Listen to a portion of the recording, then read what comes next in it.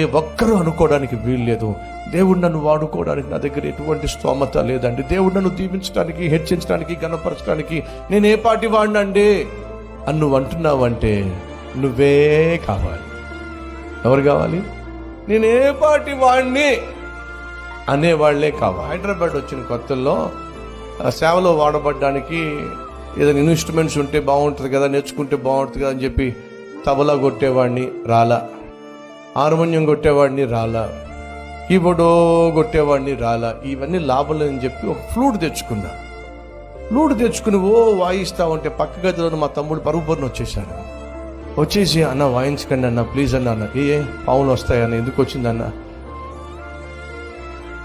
ఎందుకు అనవసరంగా పావులను పిలవడం అని చెప్పేసి ఆ ఫ్లూట్ కూడా పక్కన పెట్టేశాను.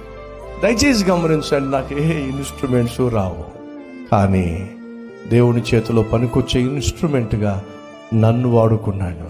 ప్రియ సహోదరి సహోదరులు, సతీష్ కుమార్ అంత తెలివి తక్కువడు, సతీష్ కుమార్ అంత అమాయకుడు, సతీష్ కుమార్ అంత మాట్లాడడం చేతగాని వాడు బహుశా వేరే వాళ్ళు ఉండరు. నేను ప్రకటిస్తున్న దేవుడికి కావాల్సింది యువర్ ఎబిలిటీ కాదు, మరి యువర్ అవైలబిలిటీ. దేవునికి కావాల్సింది నీ శక్తియుక్తులు కాదో, దేవునికి కావాల్సింది నీ సాధారణమైన జీవితము, సాత్వికముతో కూడిన జీవితము, సాక్ష్యము కలిగిన జీవితము. నిన్ను కూడా ఆ విధంగా దేవుడు చేయగలడు.